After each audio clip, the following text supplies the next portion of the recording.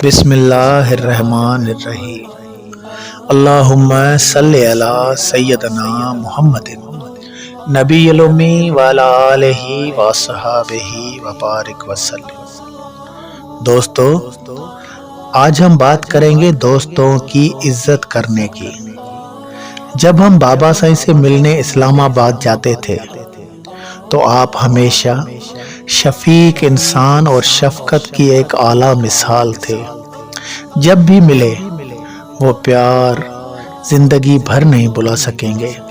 خوش آمدید، مرحبا کرنا، لنگر نیاز کا بندوبست کرنا اور ایک 21ویں گریڈ کا آفیسر ہونے کے باوجود کبھی بھی ظاہر نہیں کیا کہ آپ سیکریٹری لیول کے فرد ہیں، اور نہ ہی انہوں نے کبھی ایک روایتی پیر ہونے کی بات کی۔ یہ ساری فکر و فلسفہ کی بات تھی۔ ایسے پھر سائیں محمد علی اپنے ایک چھوٹے میڈیکل اسٹور پر ہر آنے والے دوست کو بغیر چائے پلانے کے چھوڑنا، یہ تو ان کے رواج میں نہیں تھا۔ ہمیشہ دوستوں کے حال کے مطابق ان کے ساتھ چلتے تھے۔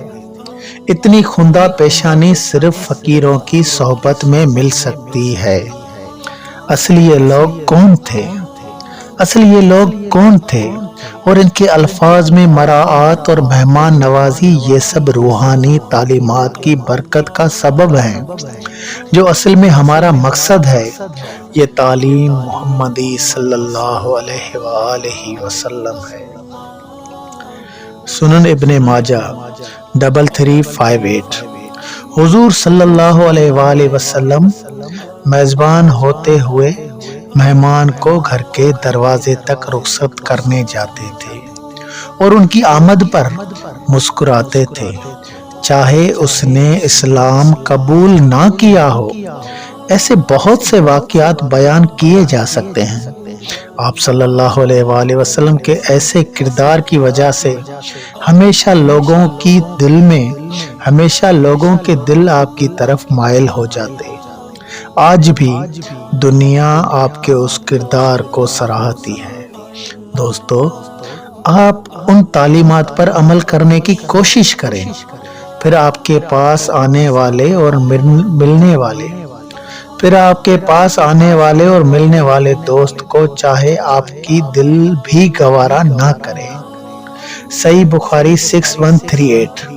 مہمان زحمت نہیں، رحمت تصور کریں، لیکن آپ کو اجازت کے بغیر کسی کے گھر نہیں جانا چاہیے تاکہ اس کی ذاتی مصروفیات خراب نہ ہو۔ دوسروں کے حالات پر چلنا سیکھنا چاہیے۔